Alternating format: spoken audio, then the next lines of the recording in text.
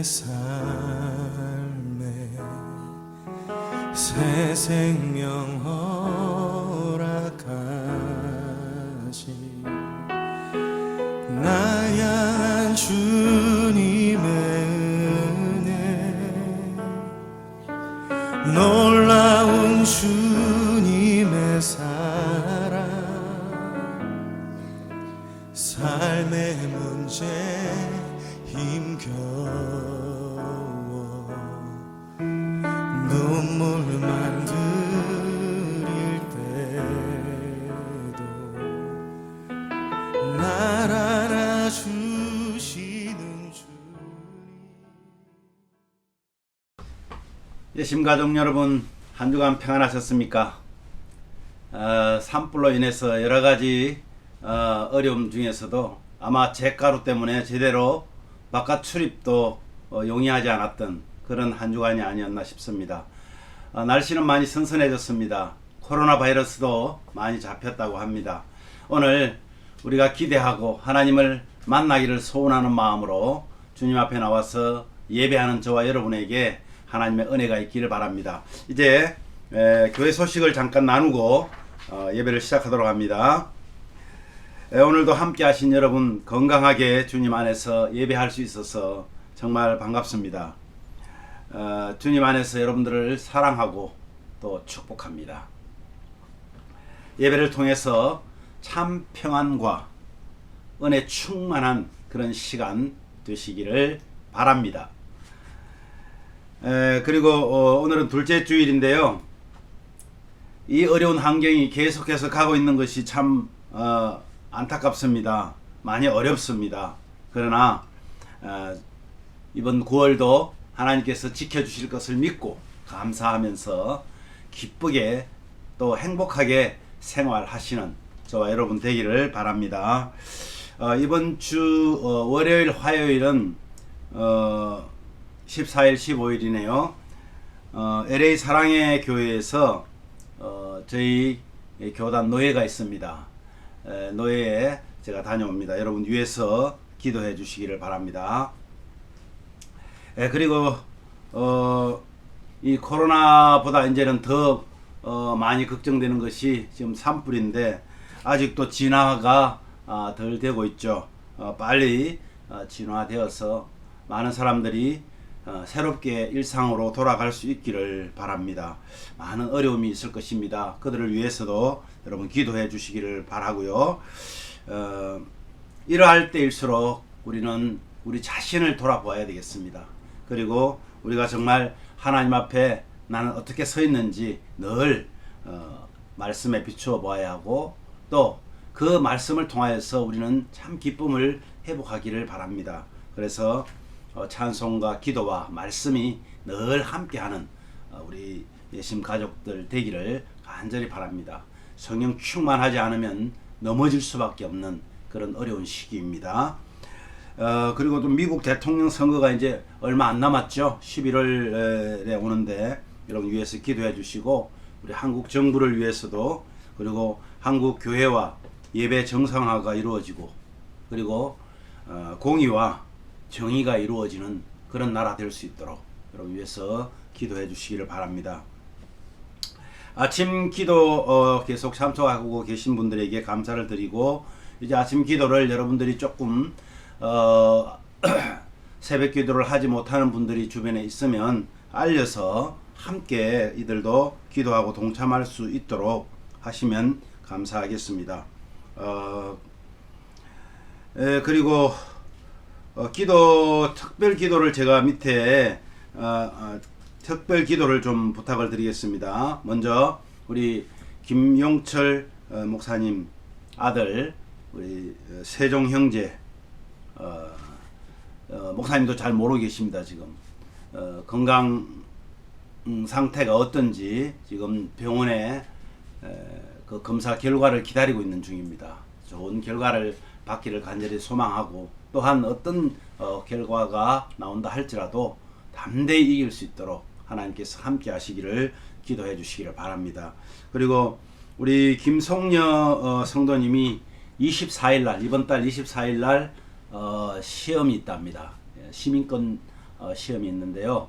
위에서 여러분 기도해 주시길 바라고, 이런 기회를 통해서 하나님 앞에 본인이 하나님을 찾는 그런 기회가 되기를 기도해 봅니다. 그리고 우리가 선교하고 있는 우리 김선웅 목사님 9월 19일부터 12월 6일까지 한국, 필리핀, 태국 이 3개국을 거쳐서 성경 강해를 하러 가십니다. 여러분 위에서 기도해 주십시오. 건강을 위해서도 기도해 주시고, 또 이 말씀을 통해서 가는 곳마다 하나님의 영광을 드러낼 수 있도록 은혜를 주시기를 위해서 기도해 주시기를 바랍니다. 그리고 우리 지원 선교지와 우리 선교사님들 위해서 그리고 그분들의 건강과 또 사역을 위해서도 여러분 계속 기도해 주시기를 간절히 부탁합니다. 이제 찬송가 우리 신실하게 진실하게 복음송입니다. 신실하게 진실하게 거룩하게 살게 하소서 하는 고백을 우리가 먼저 하나님 앞에 드리면서 오늘 9월 13일 둘째 주 예배를 하나님 앞에 올려드립니다. 다 같이 찬양합니다.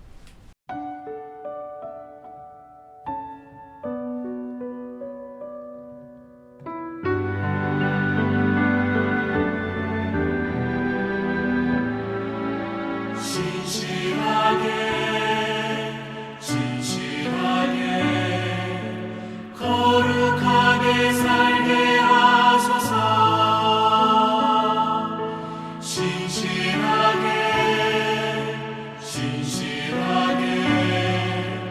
거룩하게 살게 하소서.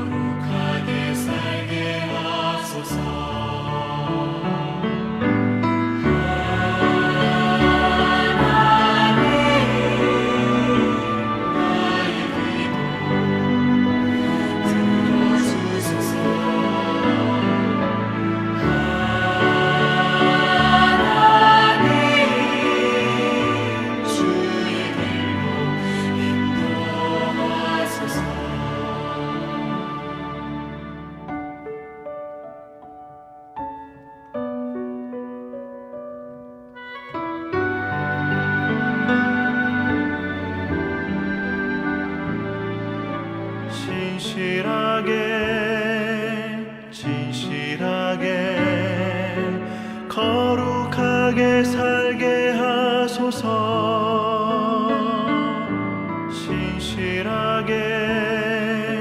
진실하게 거룩하게 살게 하소서.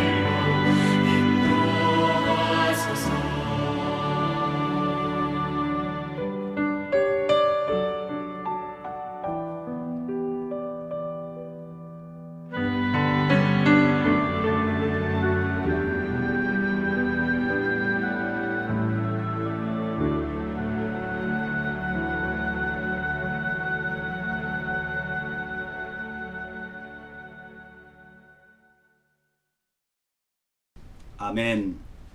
사랑하는 자들아, 우리가 서로 사랑하자.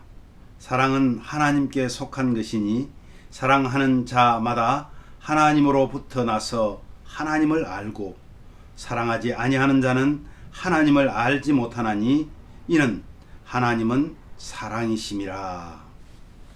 아멘. 하나님 아버지, 은혜를 감사합니다.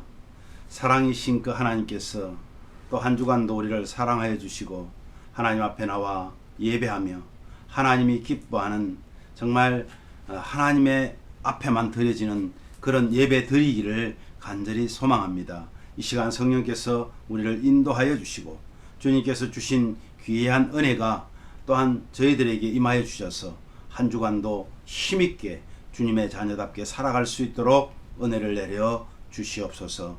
예수님 이름으로 기도하옵나이다. 아멘.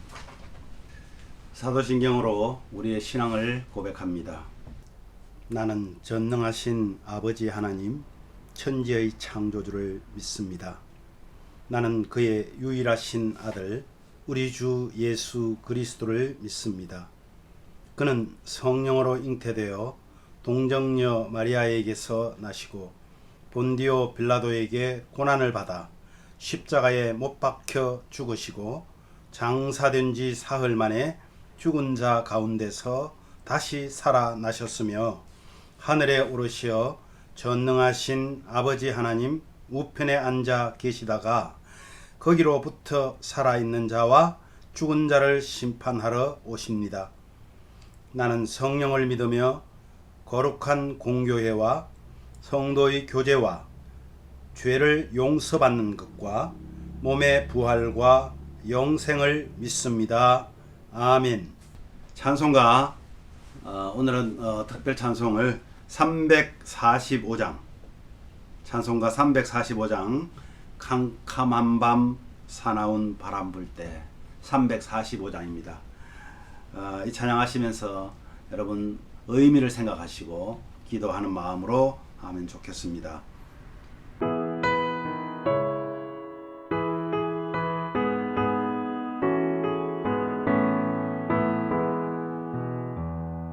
캄캄한 밤 사나운 바람 불 때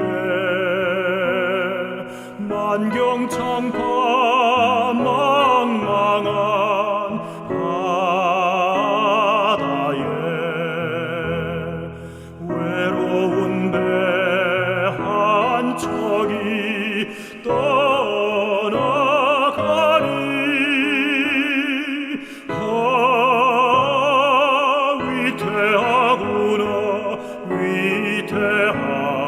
위태하구나 비바람이 무섭게 몰아치고 그 성난물 큰 파도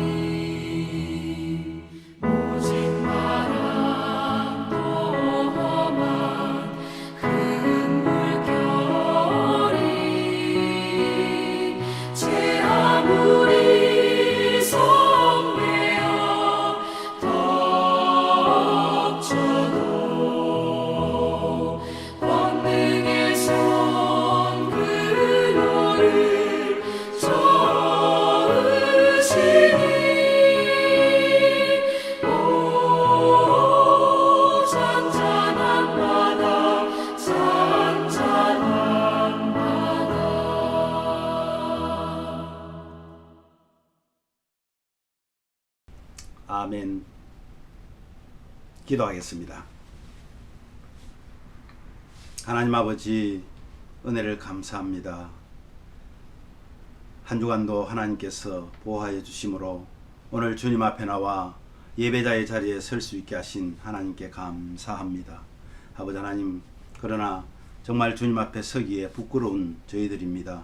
아버지 하나님, 우리의 생각으로, 우리의 말로, 우리의 행동으로 하나님 지은 죄들이 아버지 하나님이여 주님 앞에 나오기에 부족합니다. 아버지 하나님, 이 시간 저희들의 죄를 용서하여 주시고 우리의 죄악이 기억나게 하셔서 온전하게 하나님 앞에 사함받음으로 깨끗한 예배, 정직한 예배를 하나님께 올려드릴 수 있도록 은혜를 내려 주시기를 원합니다.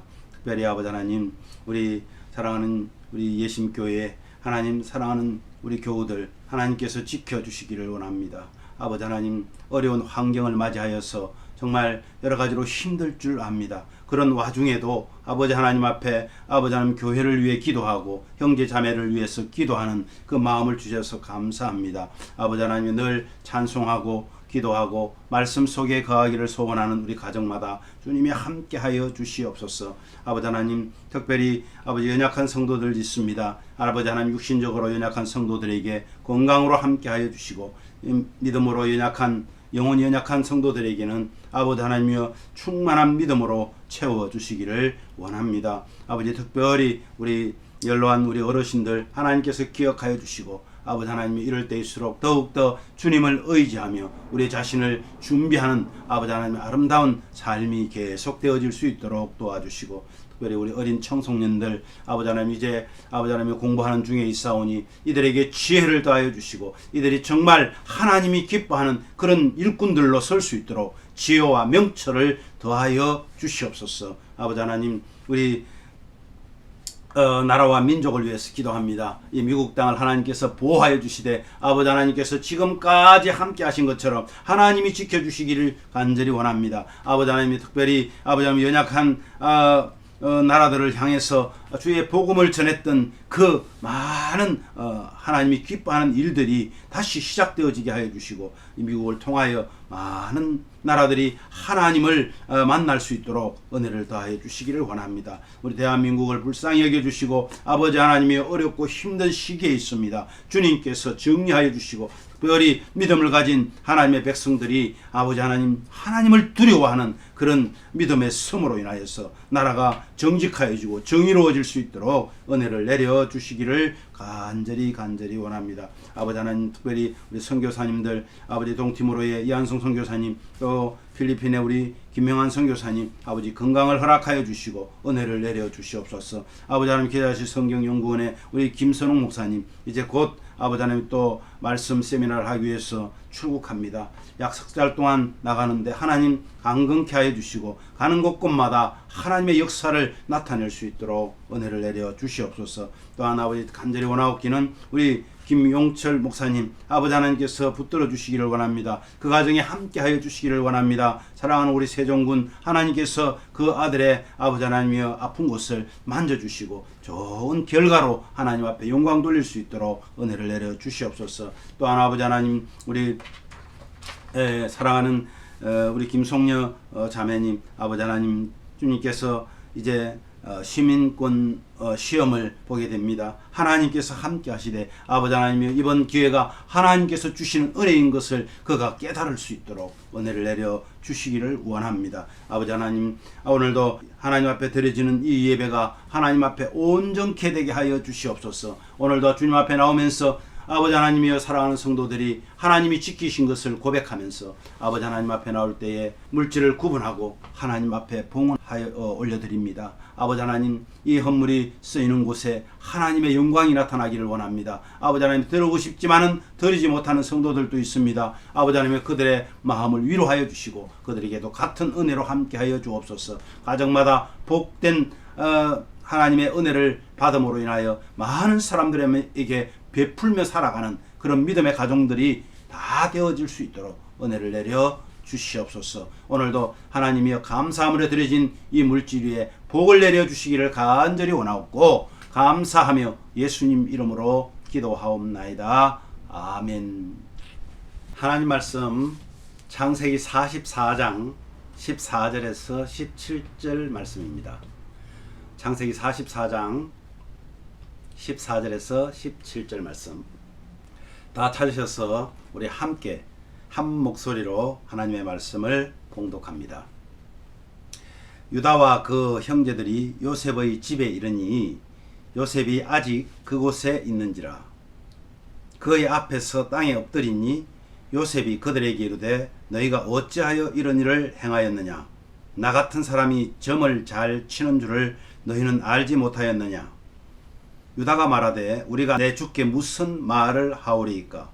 무슨 설명을 하오리이까? 우리가 어떻게 우리의 정직함을 나타내리이까? 하나님의 종들의 죄악을 찾아내셨으니 우리와 이 잔이 발견된 자가 다 내 주의 노예가 되겠나이다.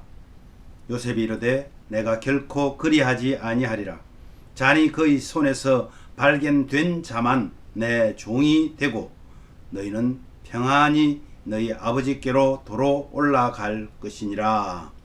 아멘. 여러분 한 주간 지내시면서 참 많은 생각들을 하셨을 것입니다. 차 위에 수욱히 내린 잿가루를 보면서 마지막 주님 오실 그때 이런 현상들은 정말 우리가 다시 한번 보게 되지 않을까 그런 생각도 해봤고요. 정말 밖에 나갈 때 숨을 쉴 수 없을 만큼 뿌연 그런 하늘을 보면서 마지막 때에 정말 일어날 징조를 보는 것 같아서 정말 마음이 무겁습니다. 그러나 우리는 염려할 것이 없다는 것을 다시 한번 생각하면서 여러분 오늘 우리가 읽은 이 말씀을 통해서 시험의 참된 의미가 무엇일까? 우리가 살아가는 데 있어서 많은 시험들이 있죠. 제가 며칠 전에 여러분에게 보내드리기도 했습니다마는 기독교 영화인 낙인이라는 영화를 제가 유튜브를 통해서 이렇게 보았습니다. 이 영화는 한 젊은 여성 성도의 복음 전도를 중국 공산당이 막으려고 별별 방법을 다 동원하죠. 어린 나이에 아주 어린 나이에 중고등학교 다닐 때에 이 복음을 접하고 그것 때문에 많은 괴롭힘과 또 핍박과 신문을 당합니다. 가족들이 괴롭힘을 당하고 가족들이 고문을 당하면서도 이 성경이 들어온 출처를 묻는 그들에게 끝까지 저항합니다. 그런데 그 중간중간에 우리가 보신 분들은 알겠지만은 그가 읽은 하나님의 말씀으로 견뎌냅니다. 지금 너희들이 사는 세상에 시험이 올 것이다. 이 시험을 견디는 자는 승리할 것이라는 하나님의 예수님의 그 말씀들. 시험을 끝까지 참는 자에게 하나님께서 함께 하시겠다는 것. 이런 것들이 그 말씀을 읽은 그 자매에게 계속해서 들려지면서 그는 꿋꿋하게 견딜 수 있는 그런 상황들을 우리가 보았습니다. 근데 여러분 정말 28년 동안이나 이 중국 공산당이 이 기독교를 핍박하는데 여러분 정말 지금은 어떻습니까? 지금도 역시 마찬가지로 핍박합니다. 그럼에도 불구하고 결국은 이들을 막지 못하더라는 거예요. 오히려 그럴수록 더 하나님의 복음이 왕성하게 살아나는 것을 보면서 앞으로 우리에게 어떠한 상황들이 생긴다 해도 우리도 그렇게 할 수 있을까? 어떤 핍박이 온다 해도 우리도 그렇게 저항하며 복음을 지켜내는 그런 믿음의 사람이 될 수 있을까? 그런 생각을 해보았습니다. 오늘 본문을 보면 여러분 이 요셉이 이제 형제들에게 시험을 하는 이 두 가지 시험이 이제 마지막 시험이죠. 그 두 가지 시험의 내용이 뭐냐면 바로 은잔의 시험과 그 다음에 베냐민을 남겨두고 가라는 두 가지 시험입니다. 이제 지난번에 진실게임을 얘기했습니다마는 볼모로 잡혀갔던 지금 시므온도 구했습니다. 그죠? 시므온도 함께 구하고 그리고 곡물도 사서 이제 기쁨으로 가나안 땅을 향해서 출발합니다. 그런데 그 출발 전에 그 기쁨도 잠시 약속대로 데리고 온 이 막내 아들 베냐민의 곡식 부대에 총리가 사용하는 은잔이 들어있을 거라고는 누가 생각이나 했겠습니까? 물론 이것은 총리인 요셉이 그 종들에게, 자기 종들에게 시킨 것이죠. 시험을 하기 위해서 꾸민 일입니다만은 이 은잔이 베냐민에게서 발견됨으로 인하여서 이들은 다시 요셉이 있는 그 총리 공간으로 이제 소환이 되어서 다시 돌아옵니다. 이 은잔 시험을 살펴보면 은잔이 발견되기 전에 이들에게 쫓아온 청지기에게 여러분 이 형제들이 한 사건들, 이 한 행동들을 한번 보십시오. 뭐라고 말했습니까? 그들은 당당하게 얘기합니다. 만약에 우리 중에 누구에게서든지 발견이 되면 그는 죽고 우리는 종이 될 것이니까 찾아보세요. 이렇게 큰 소리를 쳤습니다. 그런데 여러분 어떻습니까? 그렇게 큰 소리 뻥뻥 쳤는데 아니나 다를까 지금 베냐민에게서 찾아졌단 말이에요. 우리도 잘했다고 생각하는 일에 대해서는 어떻습니까? 자기가 옳다고 생각하는 것에 대해서는 주관적인 그런 관점을 가지고도 우리는 큰 소리를 뻥뻥 치지 않습니까? 하늘이 두 쪽이 나도 나는 잘못이 없다. 만약에 내 잘못이 있다면 내 손에 장을 지지겠다. 내 성을 갈겠다. 뭐 우리 이런 말 많이 하잖아요. 지금 아마 이 요셉의 형들이 그렇게 하고 있는 것입니다. 오늘 12절에서 13절 한번 말씀을 같이 볼게요. 오늘 읽지는 않았지만은 12절에서 13절 말씀. 그가 나이 많은 자에게서부터 시작하여 나이 적은 자에게까지 조사하매 그 잔이 베냐민의 자루에서 발견된지라. 그들이 옷을 찢고 각기 짐을 나귀에 싣고 성으로 돌아왔다. 이렇게 말합니다. 여러분 이런 상황이 되면 어떻게 되겠습니까? 그렇게 큰 소리 뻥뻥 치면서 우리가 차라리 이거 발견되면 죽겠다. 얼마나 당당했으면 그렇게 말하겠습니까? 때론요 우리는 우리 자신들도 모르게 죄를 범하는 것들이 있다는 것을 저는 여기에서 생각하게 되었습니다. 사탄은 너무 교묘했어요. 우리의 판단력을 흐려버리는 때가 있다는 겁니다. 이들은 그 조사 결과 유구무원입니다. 입이 있어도 말을 못합니다. 그런데 하필이면 왜 베냐민의 자루에서 나왔느냐 말입니다. 그리고 조사하는 과정도 한번 보십시오. 여러분 나이 많은 사람으로부터 막내에게 차례차례로 자루를 검사했다면 뭔가 눈치를 챌 수도 있지 않았을까요? 급급한 내 앞에 것만 볼 줄 아는 우리는 그런 것들을 살필 겨를이 없다는 거예요.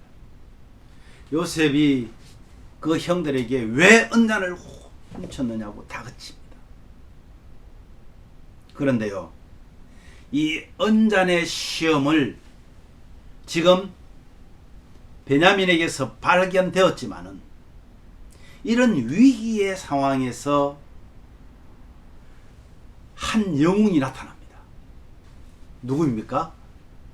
유다입니다. 유다는 어떤 사람입니까? 유다는요 이 요셉을 이 요셉을 상인들에게 팔자고 제안을 했던 그런 사람입니다. 그런 유다가 이제는 베냐민을 보호하겠다는 거예요. 그는 베냐민을 데려올 때도 앞장섰습니다. 내 목숨을 담보로 하겠다고 베냐민을 대신해서 이번에 또 그는 책임을 지겠다고 앞장서서 말합니다. 그리고 요셉에게 두 사람이 대면해서 자신의 그 입장을 그리고 이 요셉을 설득시킵니다. 묵상할 말씀에 44장 이후로 넘어가면 자초지종을 설명하는 그 유다의 얘기가 계속 나옵니다. 베냐민을 두고 가라는 요셉. 아까 형제들이 뭐라고 그랬어요? 발견되면 우리는 그 발견된 자는 죽고 우리는 종이 되겠습니다. 그렇게 얘기를 했었어요. 그런데 여러분, 요셉은 발견된 자만 남겨놓고 가라는, 발견된 자만 남겨놓고 가라. 유다는 처음에 뭐라고 그럽니까? 아닙니다. 이것은 우리의 공동체적인 입장에서 저지른 죄입니다. 그러면서 우리는 한 핏줄이요, 한 형제요, 운명 공동체이니까 우리는 그렇게 할 수 없다. 우리 모두가 다 당신의 노예가 되겠다고. 이제 종이 아니라 노예가 되겠다고 말합니다. 그렇게 요셉을 설득하지만 요셉은 뭐라고 그래요? 아니다. 내가 결코 그렇게 하지 아니하겠다. 잔이 그 손에서 발견된 자만 내 종이 될 것이다. 그리고 너희는 평안히 너희 아버지께로 도로 올라가라. 그렇다면 오늘 이 말씀을 통해서 이렇게까지 가혹하게 형제들을 시험하는 그 요셉의 의도가 여러분 무엇일까요? 그리고 우리에게 주시고자 하는 이 말씀의 교훈은 무엇일까요? 이 두 가지를 오늘 살펴보기를 원합니다. 첫 번째는요, 이전의 행위에 대한, 이전이 언제죠? 요셉을 팔았던 이전의 그 행위에 대한 징벌이었다는 것입니다. 왜 그럴까요? 요셉은 분명히 그 형들을 이미 용서했습니다. 뿐만 아니라 예전처럼 똑같이 그는 이 형들을 사랑합니다. 그러나 이러한 요셉의 사랑과는 다르게 그들은 자신들이 저지른 악행에 대해서 책망과 징벌을 받아야만 했습니다. 왜요? 왜 꼭 그렇게 책망과 징벌을 받아야죠? 이것은 죄의 결과입니다. 뿐만 아니라 이것은 하나님의 공의와 정의의 하나님이시기 때문에, 하나님은 그냥 어떤 죄를 그냥 넘겨버리시는 분이 아니라 그 죄에 대해서는 반드시 대가를 치르시게 하는 분입니다. 이것이 하나님의 공의입니다. 하나님의 정의입니다. 그래서 이사야 30장 18절에 보면요, 이렇게 말씀합니다. 이사야 30장 18절에 대저 여호와는 정의의 하나님이시라. 그를 기다리는 자마다 복이 있도다. 그들 하나님은 정의의 하나님이라. 예레미야 선지자도요, 예레미야 11장 20절에 보면 공의로 판단하시며 사람의 마음을 감찰하시는 만군의 여호와여, 이런 하나님의 공의와 정의는 성경 곳곳에 있습니다. 형제들은 요셉뿐 아니라 하나님 아버지 그리고 야곱에게까지 죄를 범한 것입니다. 그렇죠? 요셉에게만 죄를 지은 것이 아닙니다. 그들은 아버지 야곱에게도 죄를 지었고 하나님께 범죄한 것입니다. 하나님은 우리에게 한없이 사랑하십니다. 우리를 한없이 사랑하십니다. 하지만 죄에 대해서는 지극히 작은 것이라 할지라도 결코 용납하지 않은 분이라는 것을 여러분 우리 알아야 합니다. 하나님은 사랑이긴데 우리를 설마, 하나님은 사랑이신데 우리를 설마, 이런 생각하지 마십시오. 하나님은 사랑이시기 때문에, 또한 하나님은 공의의 하나님이시기 때문에 어떤 죄를 지어도 용서하지 않으십니다. 그리고 용서하십니다. 그런데도 우리는 하나님은 사랑이니까 우리는 어떤 죄를 지어도 용서해 주실 거야. 네, 용서해 주신다는 부분에서는 맞습니다. 어땠을 때? 죄의 결과를 받았을 때, 그리고 돌이켰을 때입니다. 회개했을 때입니다. 착각에서 벗어나야 합니다.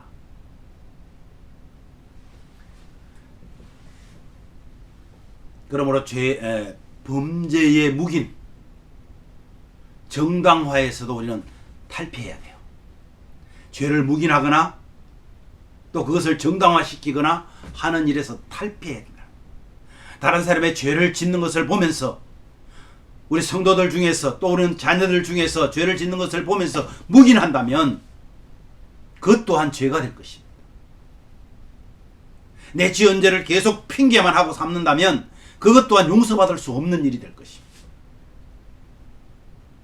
왜냐하면 하나님은 사랑의 하나님이 동시에 공의의 하나님이시라는 것을 잊지 말아야 합니다. 심지어 하나님께서는 그러면 사람이 감당할 수 없는 죄의 대가는 어떻게 하십니까? 우리는 말씀을 통해 너무나 잘 알고 있습니다. 우리는 이것 때문에 하나님을 배반할 수가 없습니다. 사람이 감당할 수 없는 죄, 그건 뭐죠? 지옥으로 떨어져야 되는 죄의 결과입니다.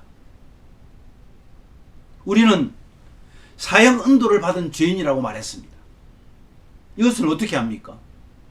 우리는 감당할 수가 없잖아요. 그럴 경우에는 하나님이신 하나님 자신이 우리를 대신 그 죄를 지셨다는 사실입니다. 죄는 반드시 해결되어야 하기 때문입니다. 그래서요, 죄에 대한 징계가 반드시 따른다는 사실을 여러분 우리 꼭 기억하십시오. 내가 감당할 수 없는 것 같으면 하나님께서는 주님이 직접 감당하신다고요. 그것이 바로 십자가입니다. 우리가 십자가를 져야 되고 우리는 그 죄 때문에 지옥 형벌을 받아야 될 사람들입니다. 그런데 주님께서 감당해 주셨습니다. 그래서요, 요셉이 이렇게 매몰차게 계속해서 이 형제들을 몰아세우는 이유는 그렇게 해야만이 형제가 참 자유를 얻게 되고 자신이 자신의 신분을 밝혔을 때에 정말 부끄러움 없이 서로 대할 수가 있기 때문에 그렇습니다. 그래서 죄의 대가를 지금 치르게 하는 것입니다. 징계를 받으면요, 받을 때는 아파도 자유하게 됩니다. 요셉의 형제 사랑의 표지였습니다. 두 번째는 이 형들의 회개를 위한 것이었습니다. 여러분, 회개는 가만히 있는데 회개가 되어지지 않더라고요. 요셉이 이들을 혹독하게 대하지 않았다면 그들은 아마 영원히 자신들의 죄악을 뉘우치거나 회개하지 못했을 것입니다. 이로 인해서 형들은 수십 년 전 자신들이 잊고 있었던 죄에 대해서 생각하게 됩니다. 뉘우치게 되었습니다. 드디어 형제를 향한 뜨거운 사랑을 다시 회복할 수 있기 때문에 그렇습니다. 42장 22절에 보면요, 그 형제들이 이렇게 대화를 하는 것을 볼 수 있어요. 르우벤이 과거에 요셉을 죽이고자 했을 때 그는 죄를 짓지 말자고 했던 그런 말을 했습니다. 야, 우리가 이 동생을 죽임으로 죄를 짓지 말자, 그렇게 했던 말을 기억하면서 뭐라고 얘기했냐면, 우리가 그의 핏값을 치르게 되었도다. 요셉이 처음에 그들에게 했던 일을 아시죠? 돈을 자루 속에다 넣었던 거, 그죠?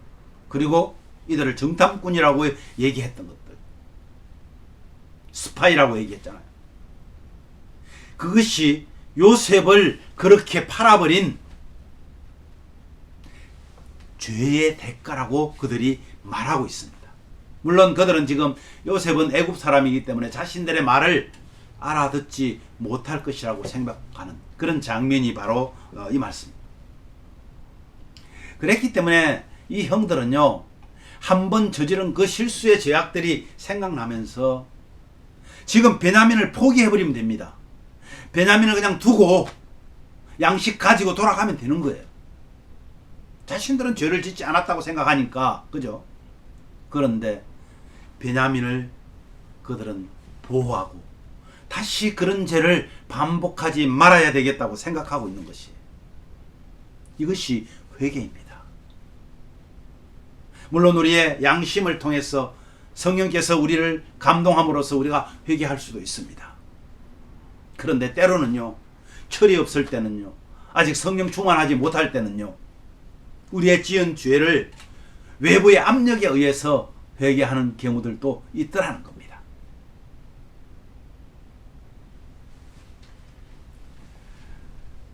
요셉은 형제들을 향한 뜨거운 그 사랑 때문에 그는 사랑의 매를 들었던 겁니다.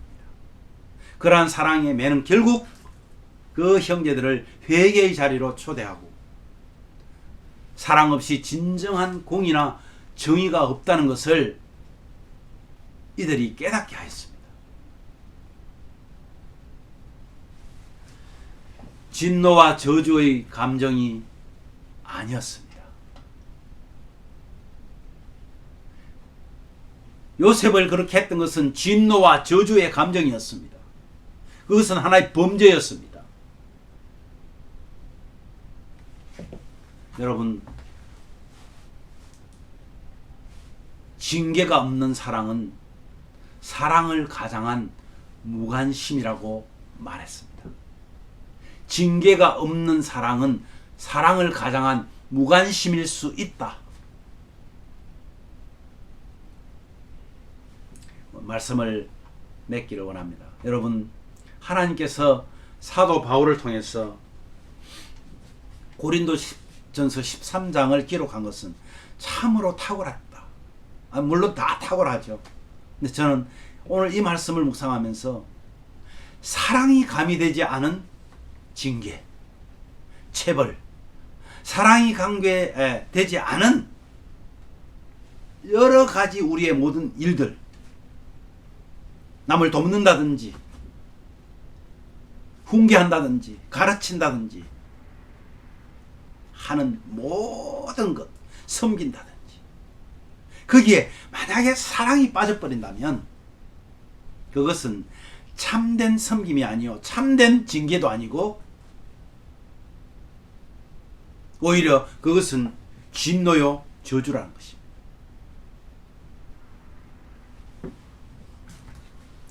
하나님이 행하시는 하나님의 사랑의 진정한 의미에서의 행하시는 징계는 단순한 징계가 아닌 하나님 사랑의 표현입니다.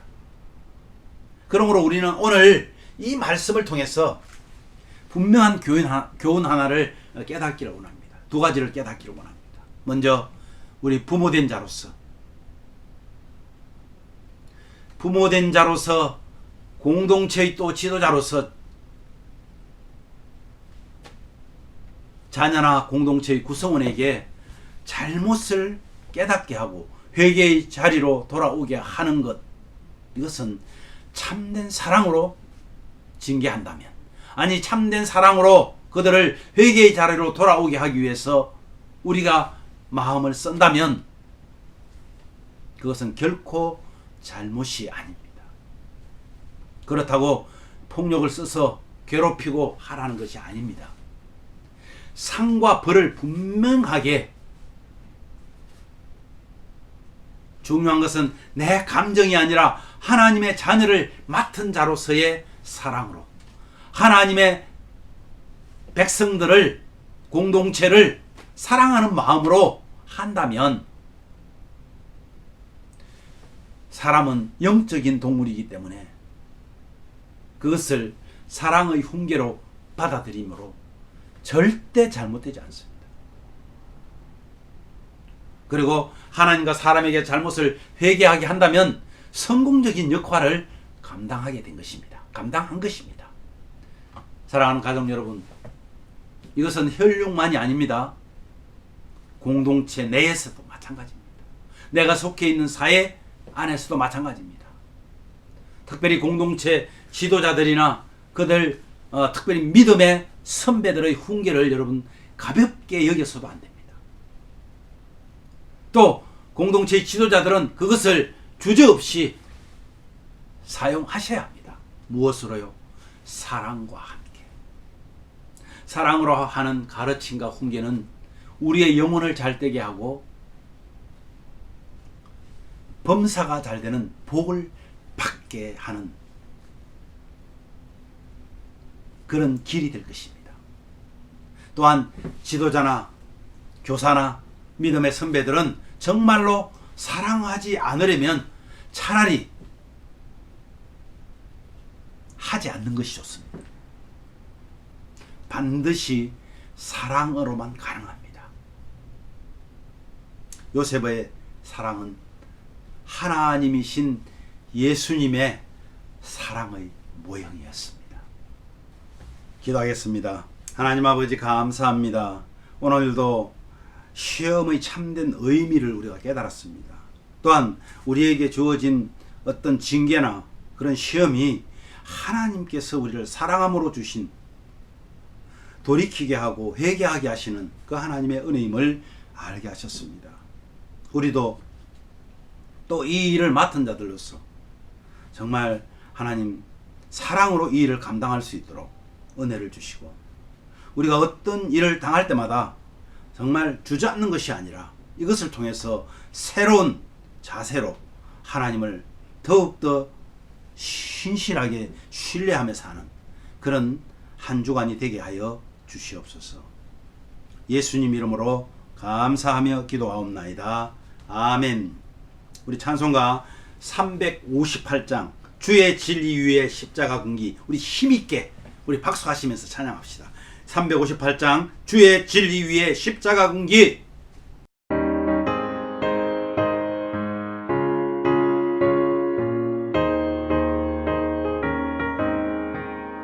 주의 진리 위에 십자가 군기 하늘 높이 들고서 주의 군사 되어 용맹스럽게 찬송하며 나가세 나가세